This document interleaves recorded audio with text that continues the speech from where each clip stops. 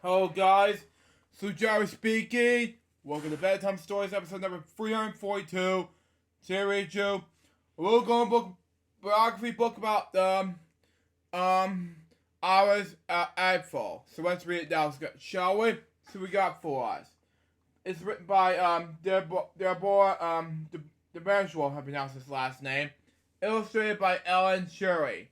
It's published by a little going book New York release. Copyright this year, are reserved. Now, seen here was her glasses and her ring, like bracelet and other things, and a backpack, something like that. But anyway, Iris Apfel is a businesswoman and actual designer and a fashion icon. She was born Iris Barrow on August 29, 1921. And raised on the farm on the area of Queens, where Astoria still had farms, okay? Alice was the only child. Her dad owned a mirror and glass company. Her mom owned a fashion boutique. Alice loved watching her mom transform simple daytime outfits into fancy evenings where using jewelry, scarves, bags, and shoes. Alice learned how she can show her personality through the clothes and accessories she wore, like the giant eyeglasses that later made her famous. Okay? So it makes sense now in any way. So there you go on that, even though she had to make her famous, so there you go on that. Next page. Anyway. I always knew that she liked to when it came to fashion. One day when she was about 4, Alice and her parents were about the Agent Hotel. How to pronounce this word? Sorry. Alice's mother was dressing her to go out, and as her mom was putting a ribbon in her hair, Alice, excuse me, began to streak, something like that. Was she hurt? No. But the ribbon didn't match her outfit. That was unacceptable to Iris. I agree. 1,000,000%. Because it hurts her so badly that you can never gonna miss out on it. So, there you go on that. Next page. Anyway. Iris' interest in art and design began when she was a little girl visiting her grandparents in Brooklyn, New York. Her grandma had a bag of fabric scraps, and she had kept in the closet. Alice would spill them out and sit on the floor, study them like a jeweler, examining rare gems. Okay, she was fantasizing by all the different patterns, colors, and textures, grouping the same pattern that samples when they're together best. Okay. When it was time to go home, her grandma let her pick up 6 samples she would like to take with her, okay? Alice didn't know it was at the time, but that was fun with fabrics would help her become a fabric expert later in life. I especially agree with that, especially the fact she was a fabric in life. So, there you go on that. Next page. Anyway, Alice's mom, who always dressed beautifully with her fashion role model, although Alice said her mom's style of dressing was quite different from hers. Still, Alice never forget her mom's most important bit of fashion advice. Invest in a few basic pieces of fine clothing, like a little black dress, and spend the rest of your money on accessories. Good. Even though it doesn't make more sense, even though it has to make more difference in any way. So, there you go on that. So, it makes more difference to make more fabric in any way for the fashion. Next page. Anyway, when Alice was 12, she began buying her own clothes, okay? It was 1933, okay?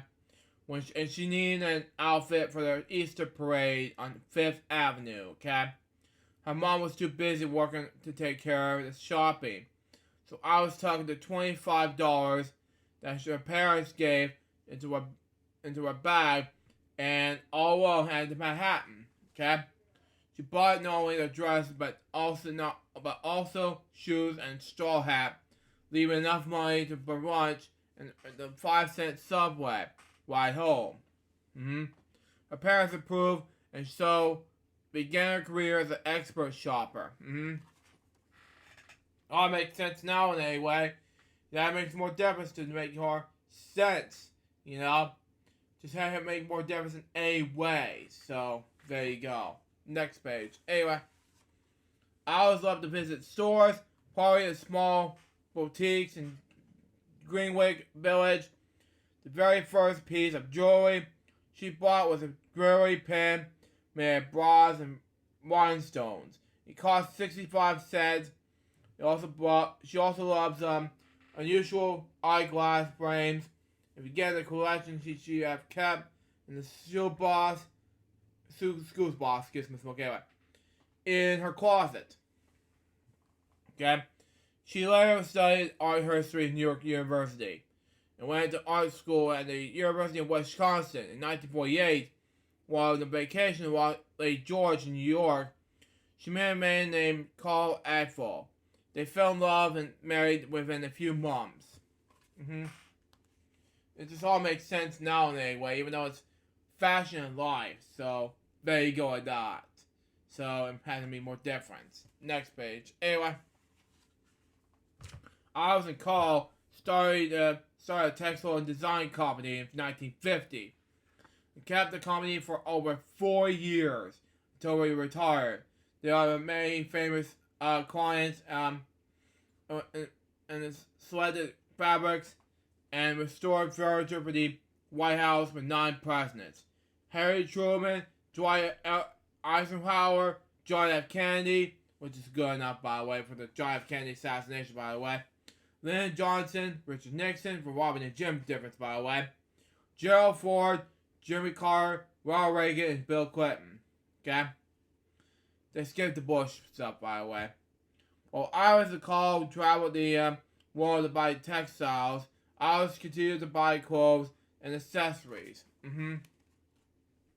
This all makes sense. So, there you go. It had to be more different. So, it just makes more difference in these 9 presidents of the United States. So, there you go. Next page. Anyway, I always saw it live as a celebration of love to dress up.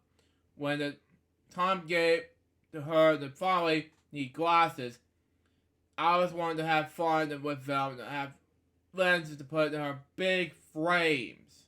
Wow, okay. And bracelets. Okay? While other people put on one bracelet or 2, I always cover her arms with them. Some experience and some of them from flea markets. Good enough. She also wore layers from necklace in early length. It took her hours to get dressed. But when she did, people noticed it. Just how to make sense now in a way. Even though this lady is kind of different between now and her glasses. So the big lens from commonly the Panavision cameras from 1960, 50, 60, 78, all the way up to the 2000s. Up to the present time frame, because they're movie type of camera frames. You know, that's just me. In my personal time frame. Next page. Anyway, that includes a Metropolitan Museum of Art in New York City. In 2005, after the show got canceled, the museum called her asking if they could quickly put together a small exhibit after a unique style. The call show Rare Abbas selections from the Iris Apfel collection. Rare Abbas means rare bird. Okay? Common Iris was an initial woman. Okay? Wow. Museum type of thing. The show ended up being big, but with more than 80 outfits and with hundreds of accessories. It was so popular, It launched her fashion career. New York made her famous. Iris said so she could call herself pronounce this word, sorry. Geographic effort. Starfed, excuse me, okay. Geographic refers to someone who's older, you know? Meaning that George Burns died 100 in a celebrity age. I mean, and then and Gracie Allen was George Burns' wife. Now, and then they were talking another celebrity, Aaron Spielberg. Steven Spielberg's father passed away at the age of 101 in 2021. And then another celebrity I'm talking about, and I'm not talking somebody else, but regardless, Robert McNeil, who got me inspired to make films, TV shows, who is 92 years old of age. The same age as Walter Cronkite, who died in 2009 at the age of 92. But regardless, he would have been 100 years old, over 100 years old this year. Right now, he was 100 and born in 100, if you count, 1918, and died in 2009. I'm pretty sure he would have been, let's just say, if he died July of 2009, we count 2023, let's say he died nearly 15 years ago. So I've been 126 years old. Next page. Anyway. Age never stopped Iris. At 90, she worked with concept companies to develop lipsticks, okay? Nail polish and eyeshadows. When she was 96, oh boy, it's gonna be lucky about this. Even though, by the way, it had to do something about this whole thing. Anyway, the company made Barbie dolls, you know? It had to make more difference between, Kelly's star, Sophia, she just watches now, it's for you, but, and then some of the girls out there who love Barbies, you know? Created by Iris Apfel Barbie. At the age of 97, Iris signed a matrimonial contract. Iris and Carl were married for 97 years. Wow. It's a lot of years of Iris and Carl, but anyway. Carl died in 3 days before his 101st birthday. 67 years. Excuse me. Okay, I was so close. 67 years. That was a long time. Anyway, Carl died 3 days before his 101st birthday on August 1st, 2015. Excuse me.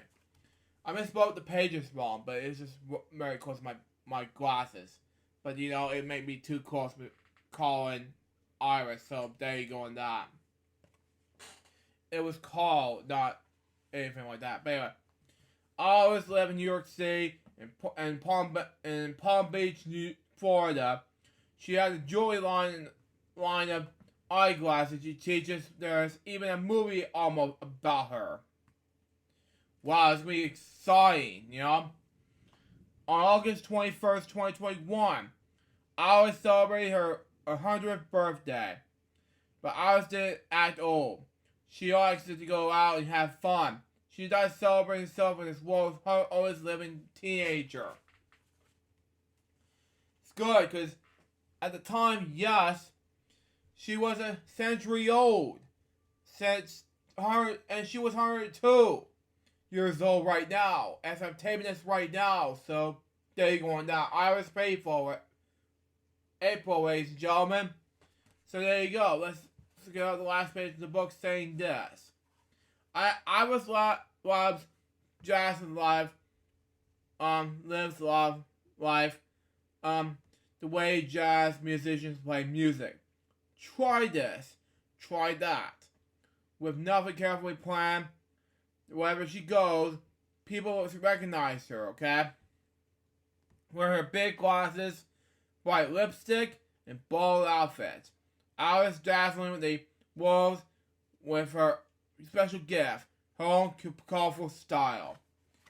Man, if she was that old, I'll be not that pleased. Okay, it makes more sense anyway. So that was Little Gold Biography book about Iris Apfel. What did I think about this book? It's just like George Burns in style, man. But it was amazing. So far, this book was a success. That was Bedtime Stories episode number 342. Hope you enjoy it. Stay tuned. Next one's gonna be a brand new episode of be added on Mr. K's Clubhouse season 2, episode 8. Like I said, there will not be a brand new episode of let's just say lunchtime tomorrow nor Saturday, but there will be one on Sunday, which is about Wendy's. Coming up on 1 cent per chicken. Junior bacon hamburgers. Now, excuse me, I gotta finish this editing parts off, and I'll be ready to finish off celebrating my mom's birthday, eat cake, go to bed. And then edit my part just like that. Go to bed. Till next time, so just Bobby, so baby, good morning, Miss Masil, till we say out. See ya.